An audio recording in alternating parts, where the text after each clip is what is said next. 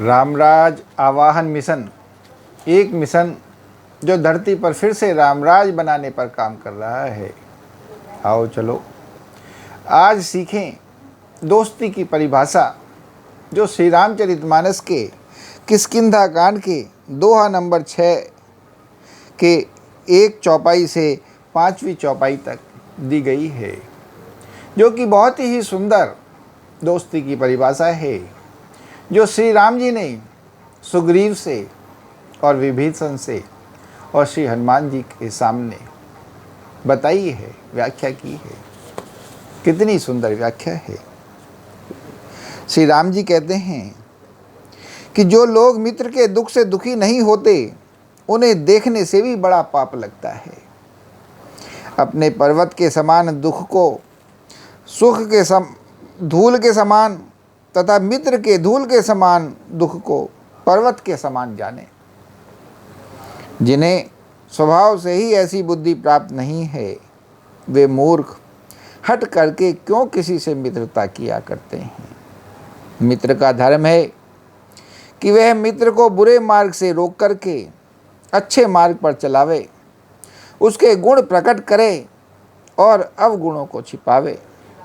वेद कहते हैं कि श्रेष्ठ मित्र के यही लक्षण हैं, जो सामने तो बना बना करके कोमल वचन कहता है और पीठ पीछे बुराई करता है कि तथा मन में कुटिलता रखता है।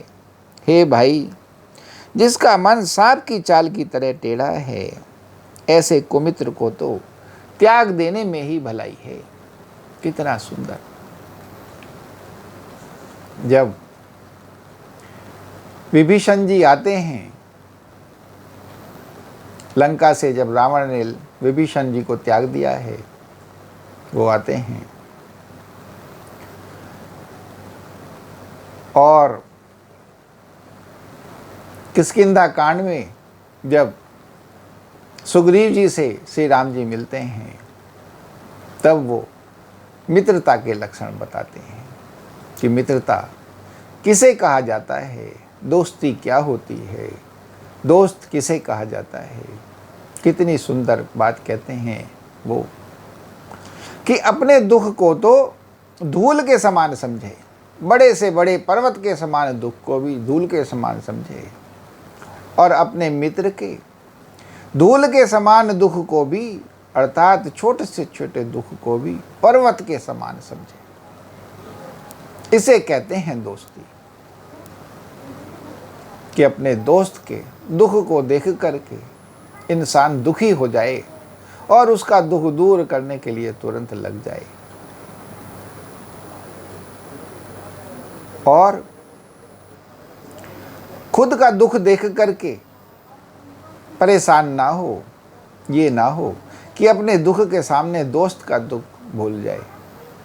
सबसे प्रथम है कि अपने दोस्त के दुख के लिए इंसान, दोस्त व्यथित हो जाए कि उसका दुख कैसे दूर करूं। मेरा दुख तो जो है सो है, दूर हो ही जाएगा, मगर मैं अपने दोस्त का दुख को दूर कैसे करूं। जब ऐसा भाव होता है, तभी तो दोस्त लोग दोस्त को चाहते हैं, तभी तो दोस्त से प्यार होता है, तभी तो सब दोस्त की कामना करते हैं। क्योंकि जो तुम्हारे दुख से दोस्त को दुख होता है, वो इतना और किसी को नहीं होता है। यही सच्चा दोस्त है, यही सच्ची दोस्ती है। फिर वो कहते हैं कि जिन्हें स्वभाव से ही ऐसी बुद्धि प्राप्त नहीं है,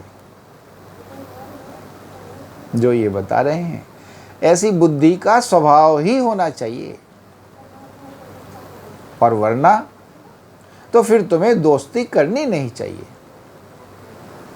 क्यों हट करके किसी से दोस्ती करते हो कि कोई ये सोचे कि मेरे पास तो मेरा दोस्त है, और तुम्हारा ऐसा स्वभाव ही नहीं है अपने दोस्त के लिए त्याग करने का, बलिदान करने का, उसके लिए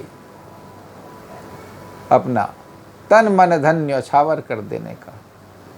दोस्त व्यर्थ में ही तुम्हारे से उम्मीद लगाएगा और उसका मन टूटेगा, उसका दिल टूटेगा।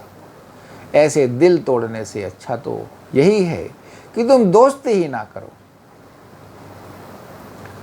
और कहते हैं कि सच्चा दोस्त वही है जो अपने मित्र को बुरे मार्ग से हटावे, ऐसे वैसे समझा के बुझा के, इस यत्न से उस यत्न से, क्योंकि दोस्त को अपने दोस्त का हित ही सबसे ज़्यादा सुंदर, सबसे ज़्यादा पसंद होता है।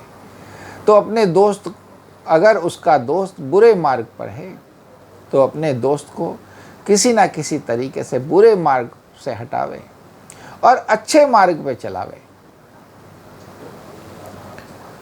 और इसके साथ ये भी है कि उसके अवगुणों को तो छिपावे और उसके सद्गुणों को ज़्यादा से ज़्यादा बतावे,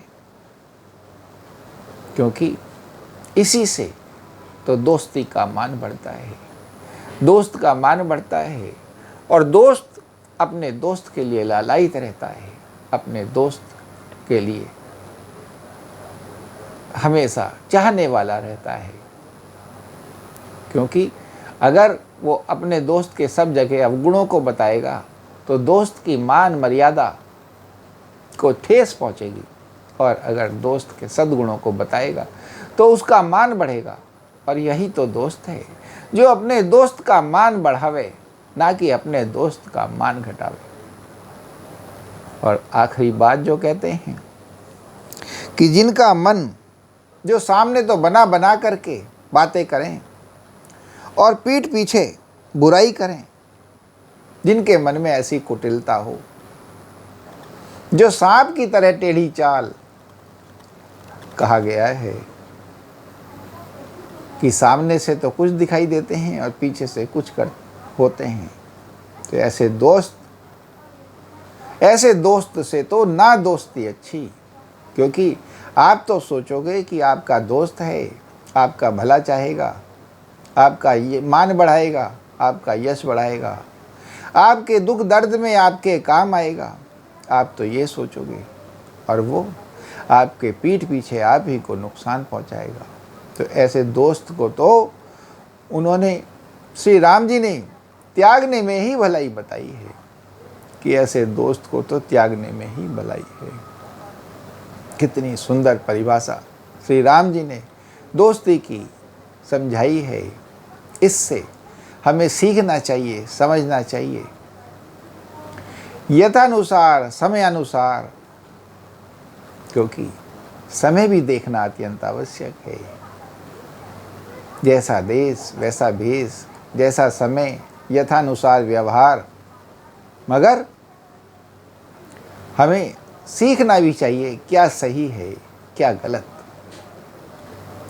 ये श्री राम जी ने दोस्ती की परिभाषा बताई है, और हमें इसको अपनाना ही चाहिए, इस पे अमल करना ही चाहिए, और संभल के अपने दोस्त का भी और अपना भी भला परोपकार करना ही चाहिए, उद्धार करना ही चाहिए। बोलो श्री रामचंद्र भगवान की जय, पवन सुत हनुमान की जय। और जैसे हम ये धरती पर रामराज बनाने का प्रयास कर रहे हैं, राम जी की शिक्षाओं को समझाने का प्रयास कर रहे हैं, और समाज को सद समाज बनाने का प्रयास कर रहे हैं, सद की शिक्षा फैलाने का प्रयास कर रहे हैं, तो हम चाहते हैं सभी